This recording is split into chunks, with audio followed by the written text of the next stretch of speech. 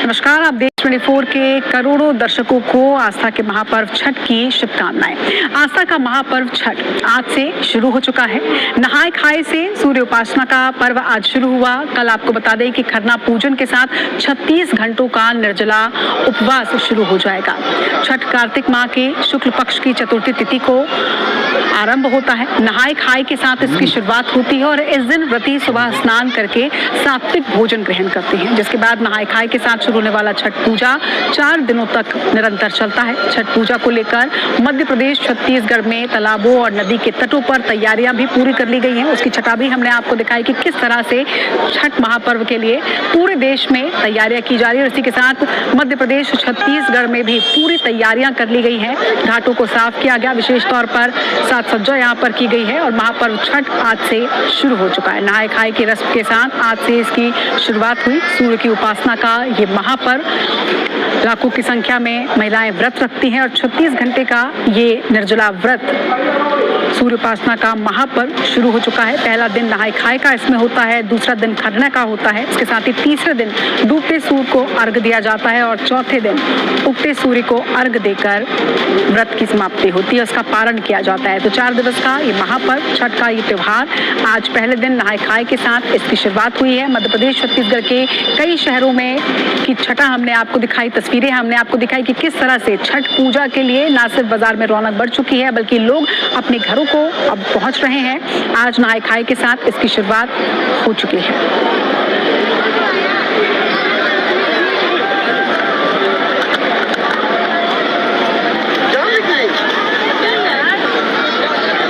तो सूर्य की उपासना का ये महापर्व आज से शुरू हो चुका है। देश के प्रधानमंत्री नरेंद्र मोदी ने भी छठ महापर्व की शुभकामनाएं पूरे देश को दी हैं। आस्था का महापर्व और इस पर प्रधानमंत्री नरेंद्र मोदी का ये ट्वीट आपकी टीवी स्क्रीन में है, जिसमें उन्होंने बिहार सहित देश भर के श्रद्धालुओं को शुभकामनाएं प्रेषित की हैं। लिखा है कि सभी व्रतियों को मेरा नमन और वंदन है। बिहार के साथ ही पूरे देश को छठ महापर्व की हार्दिक शुभकामनाएं।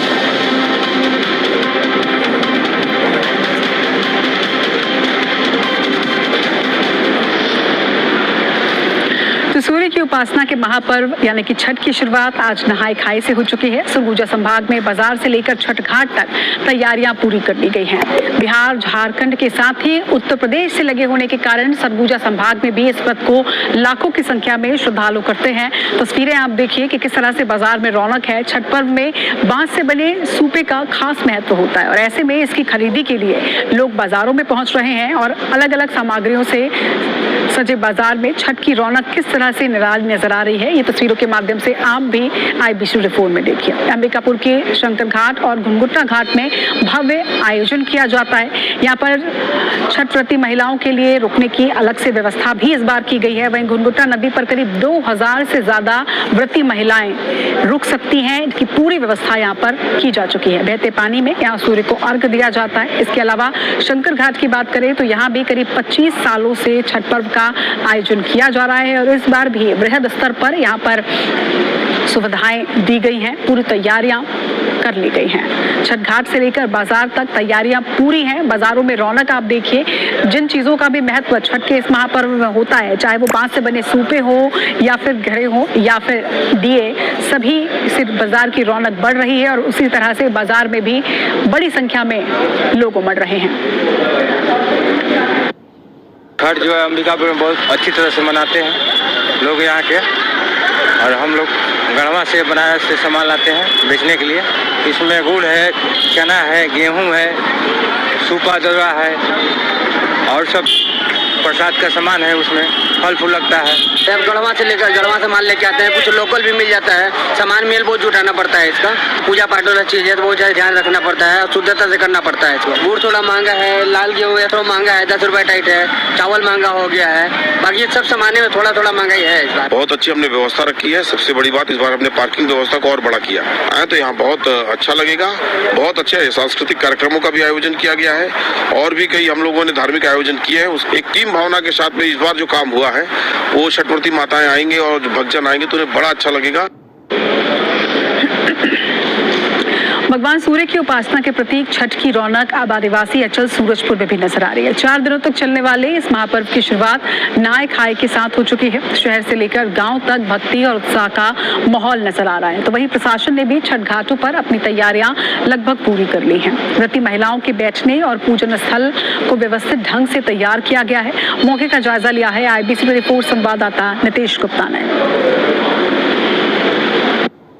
उत्तर भारत से शुरू हुआ छठ का महापर्व आज नहाई खाई से प्रारंभ हो चुका है। ऐसे में अभी हम मौजूद हैं सूरजपुर के छठ घाट में। आप देख सकते हैं कि छठ व्रतियों के लिए जो तैयारियां हैं वो पूर्ण कर ली गई है। लगभग 4 दिनों तक चलने वाला ये छठ का महापर्व आज से शुरू हो चुका है। लगभग 36 घंटे का कठिन व्रत करके जो छठ व्रतियां हैं वो डूबते सूरज और उगते सूरज को अर्घ दे करके इसे संपन्न करेंगे। ऐसे में जो छठ समिति है वो लगभग पूरी तैयारी कर चुकी है। इस वर्ष बारिश अधिक होने की वजह से पानी नदी में ज्यादा भरा हुआ है, जिसको लेकर के जिला प्रशासन भी अलर्ट है। DDRF की टीम को सतर्क कर दिया गया है। ऐसे में समिति के लोग हमारे साथ मौजूद हैं, उनसे समझते हैं कि क्या कुछ तैयारियां इस बार खास है और कितने छठ व्रतियों का आने की जो संभावना है वो यहाँ पे है। ये बताइए, लगभग कितने साल हो गए यहाँ पे छठ मनाते हुए और क्या कुछ तैयारियां हैं इस बार?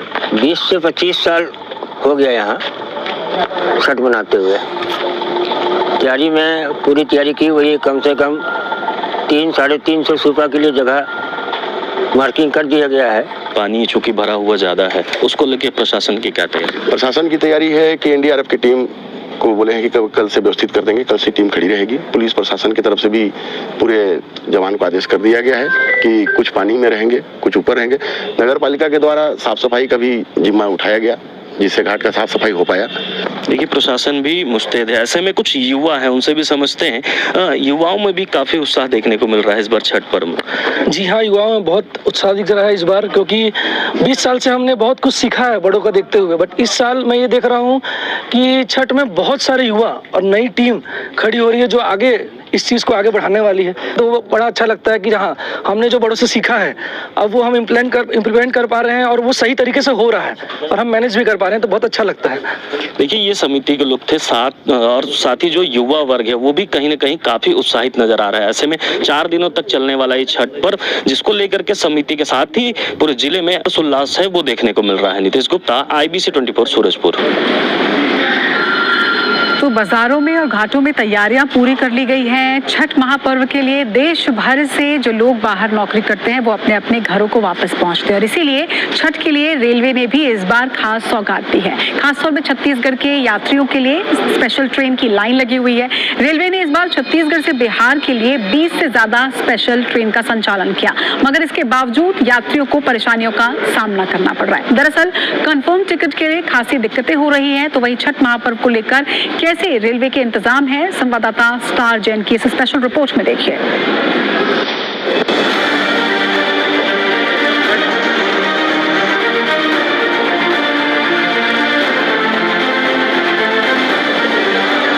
त्योहारी सीजन पर होने वाली यात्रियों की अतिरिक्त भीड़ को देखते हुए इस बार रेलवे ने यात्रियों को बड़ी राहत देने का निर्णय लिया है।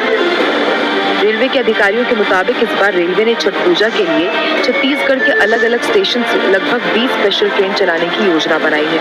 ये स्पेशल ट्रेन पटना, गया के शहरों के लिए है। रेलवे के सीनियर DCM के मुताबिक पिछले साल लगभग 7-8 जोड़ी स्पेशल ट्रेन चलती थी, लेकिन इस बार संख्या बढ़ाई गई है ताकि ज्यादा से ज्यादा लोगों को फायदा मिले और राहत भी।